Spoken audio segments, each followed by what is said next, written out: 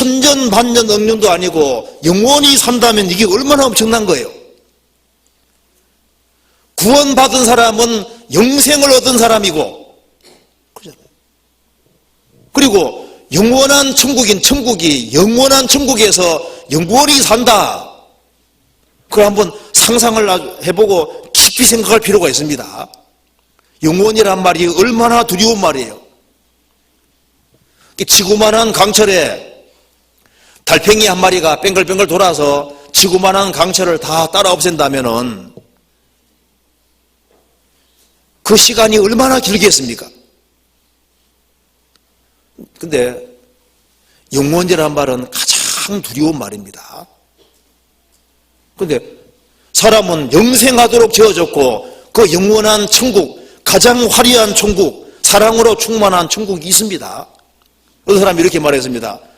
외국에 수킬로미터 넘는 큰 바위가 있는데요, 독수리 한 마리가 천년에 한 번씩 날아와서 그 바위를 한 번 쪼고 날아간다고 가정했을 때 영혼은 마치 뭐가 같냐 하면 그 수킬로 걸친 큰 바위가 천년에 독수리가 한 번 날아와서 쫓고 이걸 반복해서 그 돌을 다 따라 없애는 시간과 같다는 겁니다.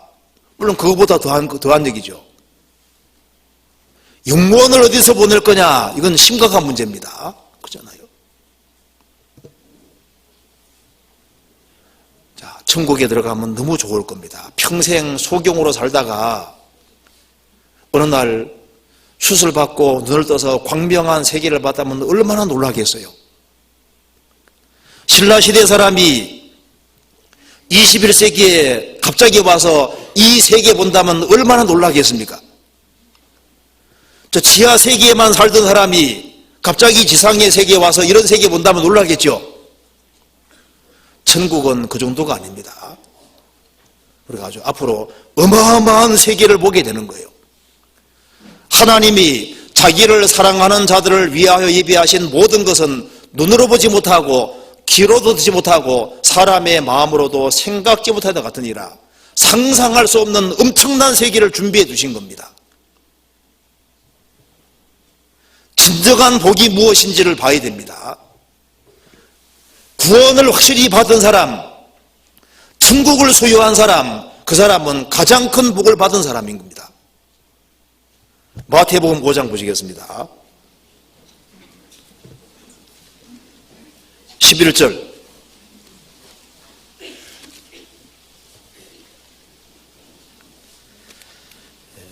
나를 인하여 너희를 욕하고 핍박하고 거짓으로 너희를 거스려 모든 악한 말을 할 때에는 너희에게 복이 있나니 기뻐하고 즐거워하라. 하늘에서 너희 상이 큼이라.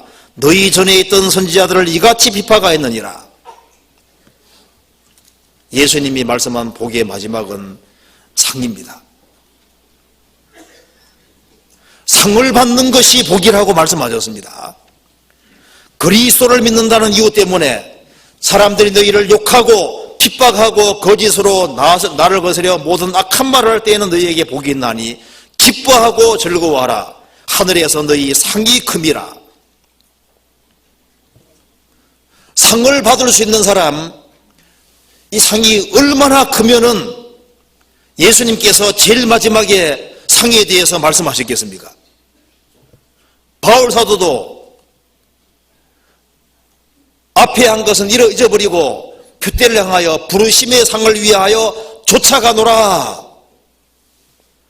바울 사도는 주님이 주시는 상이 얼마나 큰 건지를 알고 있는 사람입니다. 그는 셋째 하늘까지 갔다 온 사람이잖아요. 그리고 상이 된다면 무엇을 가리는지 알지 못한다. 그는 어마어마한 상과 영광을 본 사람입니다.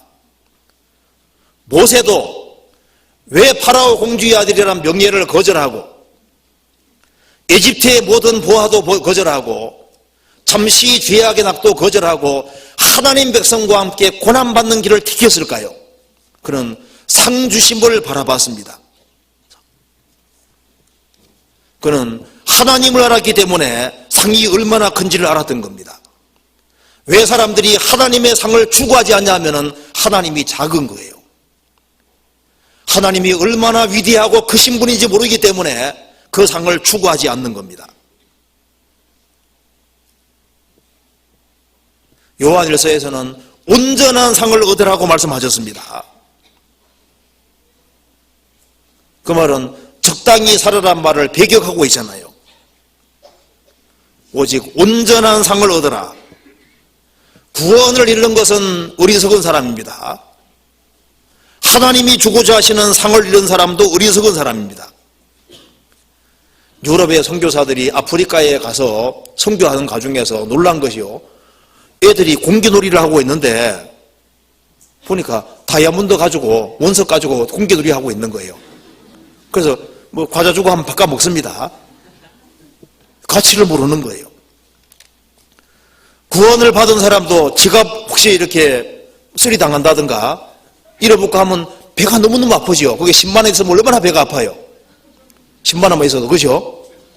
그런데 상이 매번 이뤄지고 있는데 그것은 생각하지 않거든요. 영광에 대해서 깊이 생각하지 않습니다. 너희 상이 큽니다. 진짜 복은 천국에 가게 된 사람이 복을 받은 사람이고, 주님 앞에 섰을 때 상을 받을 수 있는 사람, 영광을 받을 수 있는 사람, 그 사람이 복이 있는 사람이라고 말씀하신 겁니다. 내가 주님 앞에 섰을 때, 그리스도의 심판대를 통과할 때 정말 상을 받을 사람인가? 내가 무슨 영광을 받을 사람인가? 그것도 생각해 봐야 되는 겁니다.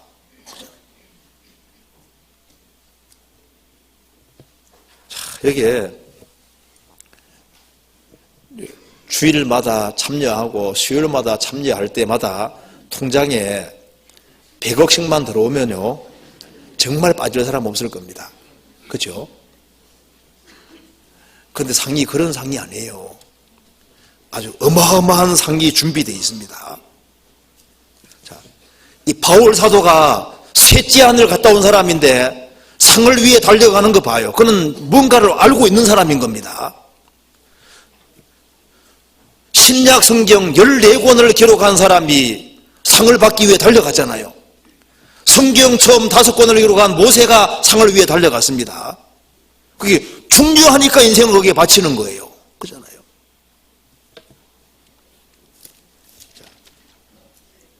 우리가 주님과 함께 갇힌 산에 올라가서 주님 말씀하시는 걸 잘 들어야 됩니다.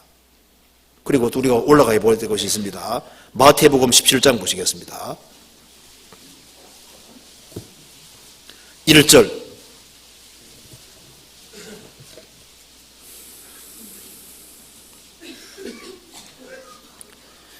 엿새 후에 베드로와 야고보와 그 형제 요한을 데리시고 따로 높은 산에 올라가셨더니 저희 앞에 변형되사 그 얼굴이 해같이 빛나며 옷이 빛과 같이 휘어졌더라. 때에 모세와 엘리야가 예수로 더불어 말씀하시는 것이 저희에게 보이거늘 베드로가 예수께 여짜와 가로되 주여 우리가 여기 있는 것이 좋사오니 주께서 만일 원하시면 내가 여기에서 초막 셋을 짓되 하나는 주를 위하여 하나는 모세를 위하여 하나는 엘리야를 위하여 하리이다. 말할 때 홀련히 빛난 구름이 저희를 덮으며 구름 속에서 소리가 나서 가로되 이는 내 사랑하는 아들이요 내 기뻐하는 자니 너희는 저의 말을 들으라 하는지라. 예수님께서 베드로, 야고보, 요한을 데리고 따로 높은 산에 올라가셨습니다. 주님을 따라간 베드로, 야고보, 요한은 사람들이 볼 수 없는 것을 볼 수 있었습니다. 예수님께서 변형되셔서 영광 중에 계신 것을 봤습니다. 그들은 예수님의 영광을 봤습니다.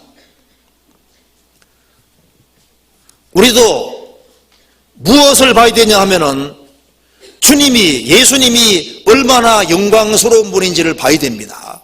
그분이 만왕의 왕이신 것을 볼 수 있어야 되는 거예요.